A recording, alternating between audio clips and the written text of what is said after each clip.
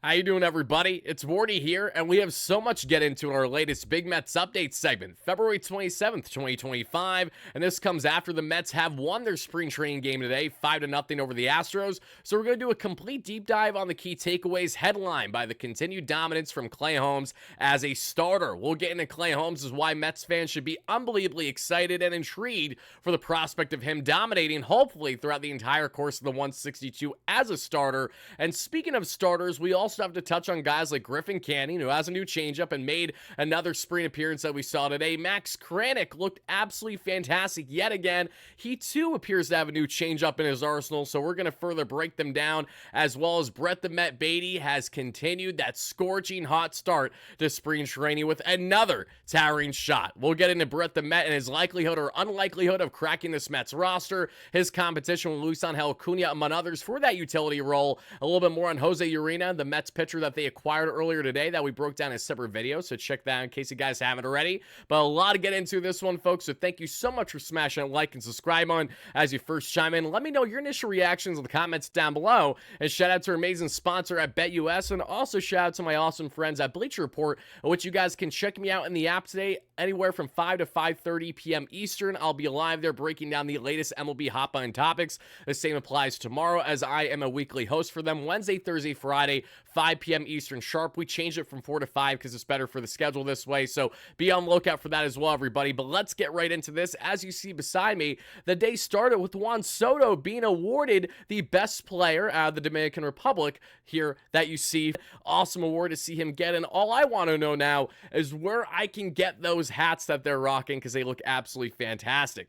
But all right, now let's get into what transpired in the Mets' 5-0 victory over the Astros today. Another start where Clay Holmes was towing the rubber against the Astros, just like his spring debut, both of which he was absolutely dominant and making great things happen. And when we highlight a guy in Clay Holmes, we really have to get into the brilliance that was him today. The clip that I'm showing you there was from his first outing, not the one you saw today, but don't worry, I have some clips to show you guys from a poor camera angle that we saw SNY post earlier today. But Clay Holmes now, throughout 6 innings this spring training, has posted a 0 ERA with 76 pitches and 5 strikeouts. Holmes, who continues to utilize that beautiful kick change, a new part of his arsenal to create a lot more depth there with that changeup. He's got the swing and miss, he's got the sweeper, he's got the slider, he's got the sink piece and the four seam. And yes, even though that we saw him give up a double today to Christian Walker because he hung his sweeper a little bit upstairs, he escaped that jam unscathed. He also escaped a jam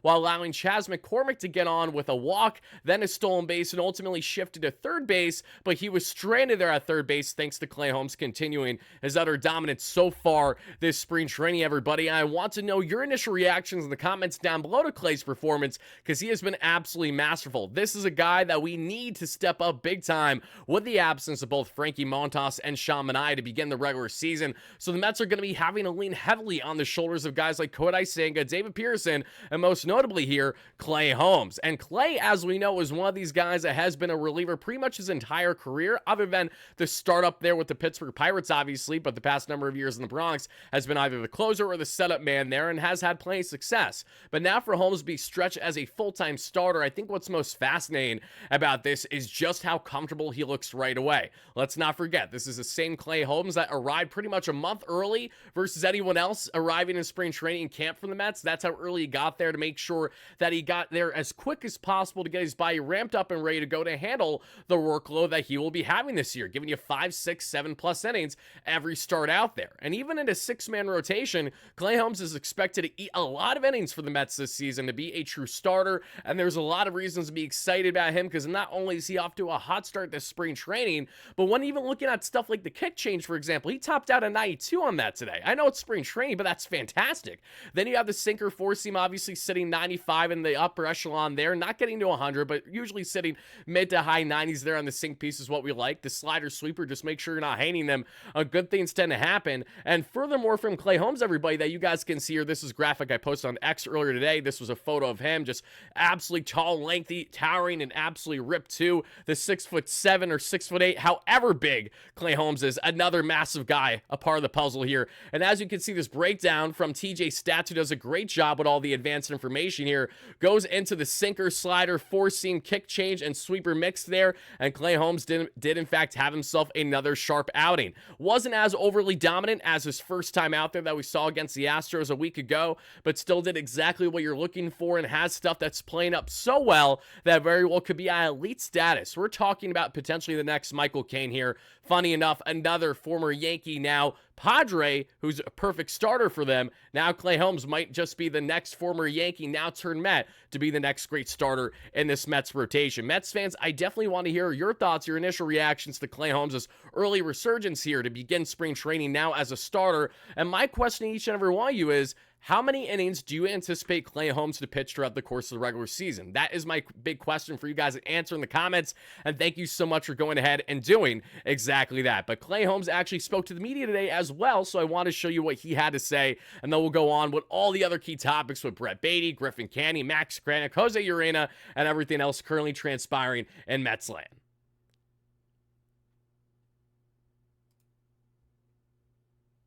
Yeah, I never really felt like I was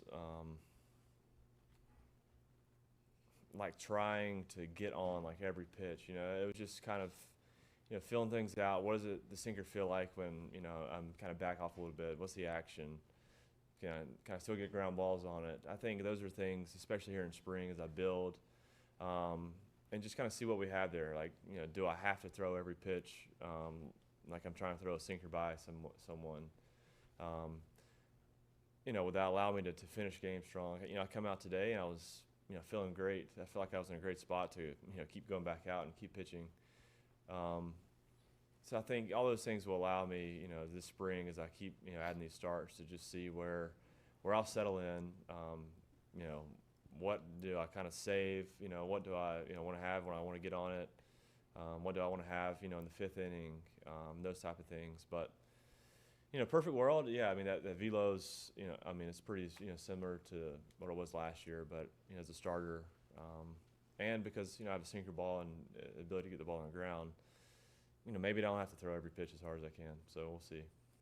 So there's Clay Holmes speaking to the media, saying that he easily could have went more out there than what he gave the Mets today at just 3 innings. Throughout his first 2 outings, he went 3 innings apiece, both scoreless, and yes, he did give up that double that I said earlier, and also did have a flyout from Yordan Alvarez that otherwise would have been a home run in like at least 20 out of 30 plus ballparks. I'm not to nitpick him or anything like that, but I do also want to tell you guys as much info that we know at this point, because the Mets lineup today that I'll break down in a second offensively, how they appeared in the starting front.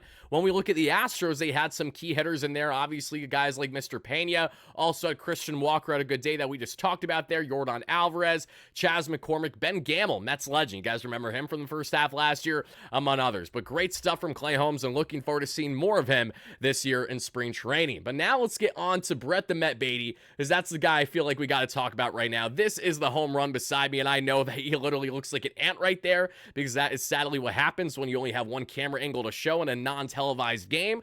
Further much a joke by MLB that we don't have these games televised. Imagine having 3 of the past 4 spring training games for one of the hottest teams entering 2025 in the Mets, because of Juan Soto especially, and not having these games broadcasted home or away. It's just pathetic. But thankfully, SNY will have Brandon Sproat towing the rubber for us to check out and break down tomorrow, that we will then break down in a video or a post-game reaction right after, like we typically do here on the platform. But Brett Baty, guys, he continues his scorching hot spring training.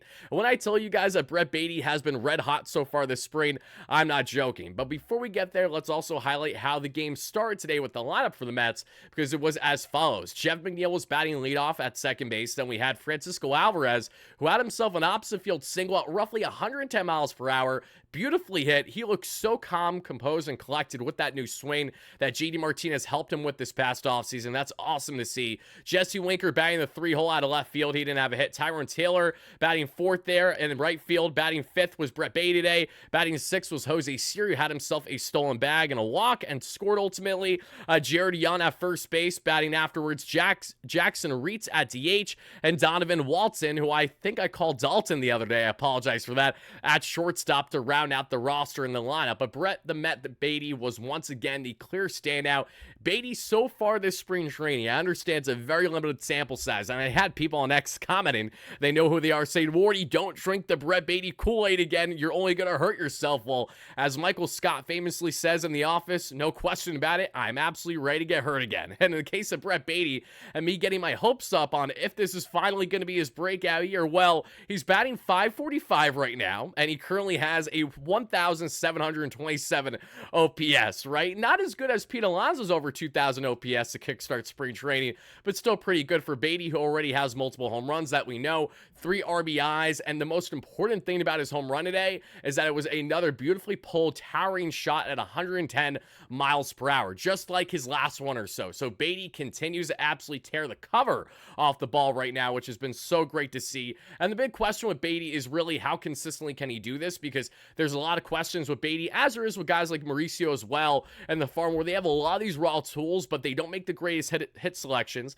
Their zone can definitely be wacky. In the case of Baty, how his offensive approach has been just so Jekyll and Hyde on the consistency front throughout his young MLB career that the defense hasn't been an issue. Baty can play second, he can play third. He's even starting to take some reps at shortstop to potentially be that true utility option for the Mets this regular season. But for Baty to go out there and to do what he did yet again today is further proof of exactly how locked in he is to begin spring training and how determined the guy is to finally make an impact for the Mets beyond what he has done the past couple years. And just like how Baty broke out of Mets camp and made the roster last year at the hot corner to losing to Mark Vientos, is a way that this could very well be the year for Baty to really rewrite the story. Maybe he cracks the roster, maybe he cracks that utility role over Luis Angel Acuna, or maybe over an external option if the Mets are considering Mr. OMG still, and which even if they wait until the final week of spring training, Iglesias would be ready to suit up for the Mets right away. So that's why there's no rush there, but I am happy with what I'm seeing from guys like Acuna and Baty so far this spring training. But my question each and every one of you guys is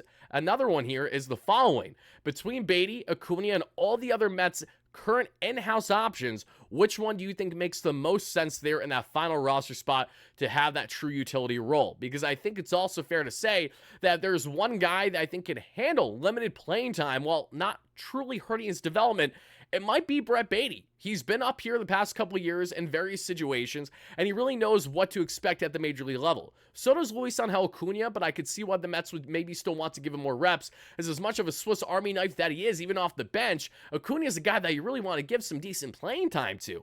Otherwise, it kind of feels wrong to keep him stashed on the bench unless you're really going to be getting the best out of him. I could be wrong in saying that, as Acuna may crack that roster spot in the end, and I'm not opposed to that entirely, but I think it's a fair debate to have when we talk about Baty, talk about Acuna, talk about, to an extent, Walton that we just mentioned, among others there that are, fringe MLB players, maybe minor league veterans that have utility and maybe bat from the left side, where I think Baty has a greater chance to crack this roster over Acuna when looking at that utility bench role. Is outside of Jesse Winker, who's going to be getting mostly starts at the DH position there in that platoon role, the Mets don't have any other lefty options off the bench, and that's where a guy like Baty makes further sense. So great red hot start, a scorching hot start for Brett the Met Baty that I look forward to seeing more of throughout the course of spring training. But now, guys, let's get into further pitching performances that were really notable today. And as we take a look at the overall pitching stats and the Mets' 5-0 victory over the Astros today, it is as follows. You got Clay Holmes going 3 shutty, Griffin Canning then giving you what we saw there in 1.2 strong innings. He did give up a couple hits there, a walk and 2 strikeouts, and a further breakdown. Griffin Canning and his game, exactly what the Mets are going to be getting and someone like him as soon as this season. And the big question with Canning obviously has been, okay, really how good is this guy? Because I know that there's a level of fans that are concerned by the fact that Canning has a meatball for a fastball, but the Mets know that, okay? Griffin Canning gave up more home runs than any other eligible starter in the American League last year. Why would the Mets pick him up? It's because they're deviating away from that fastball and having a heavy emphasis on the sinker, and then we will look at, obviously, the slider makeup. That slider and sinker is way through the most today that we saw, and he was just above league average on the Stuff Plus per TJ stats that we saw today on the slider. The sinker a little bit below league average, as well as the four-seam fastball, and the first hit that he actually gave up today, if I'm not mistaken, was the first pitch or so that he threw was an infield single, and funny enough, it was off of the fastball because it's been a meatball for him. So the Mets are going to continue to work more and more with Canning on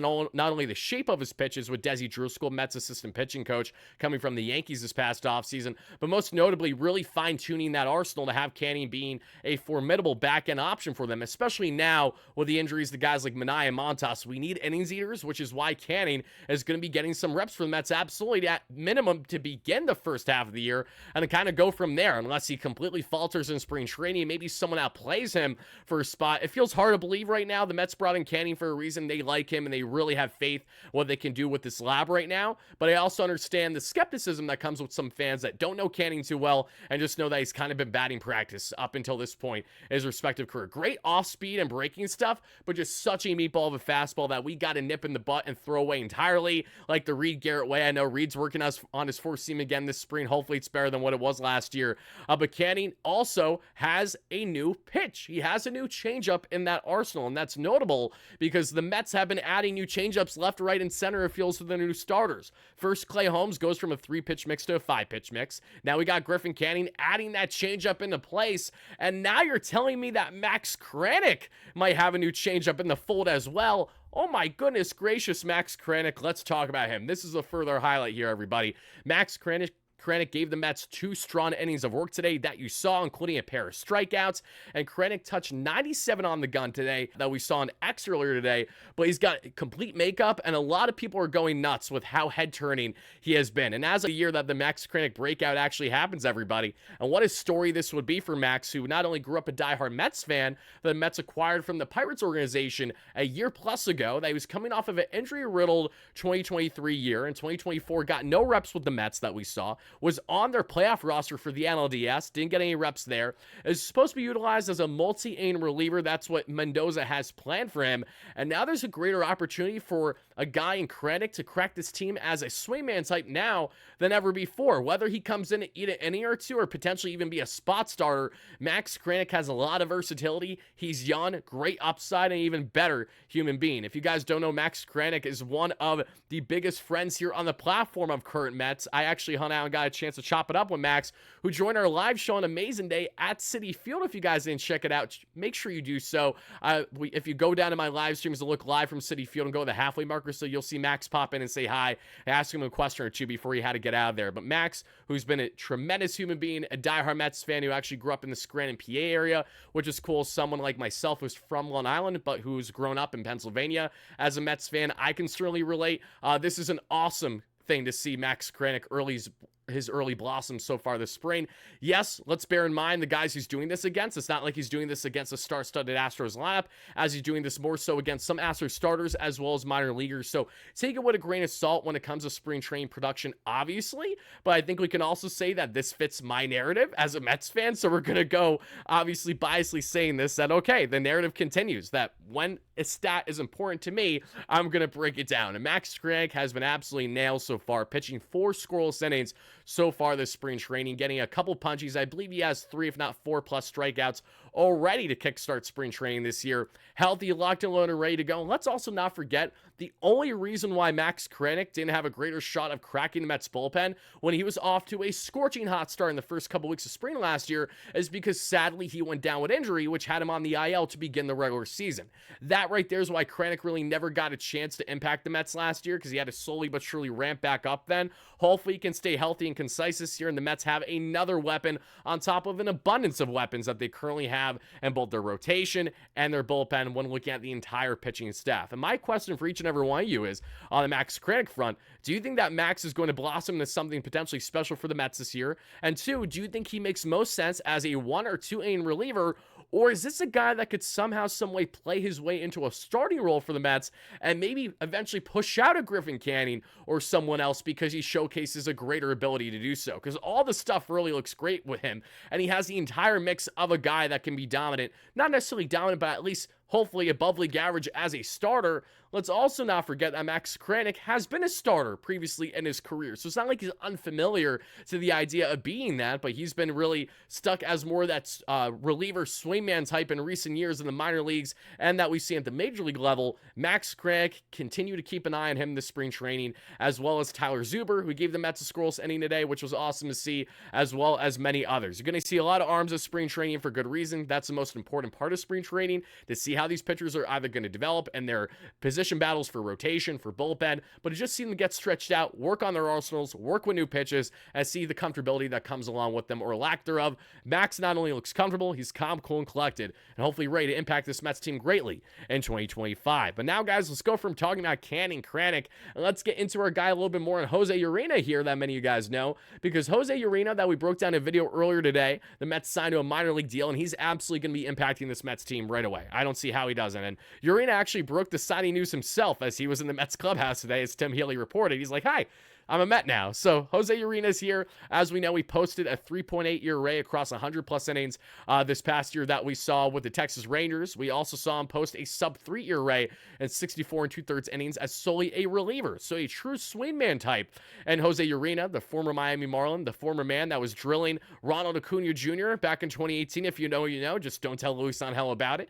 The same man who sits 96+ on the gun that we see with the sink piece and was in the 84th percentile there in ground ball percentage this past year. Urena is going to be a really interesting piece of the puzzle for the Mets as another swingman type for them that can be in a starter role, a reliever role, and really has a lot of nice late movement on those pitches. I'm excited to see what Urena can do, and I think this is another sneaky, savvy move by David Stern. So check out the full breakdown on him earlier today in our video if you haven't already. But furthermore, I want to show this photo here because Urena is notoriously known for his Triple H impression, and I'm only half joking when I say this for my wrestling fans out there for WWF, WWE, whatever it's going to be now.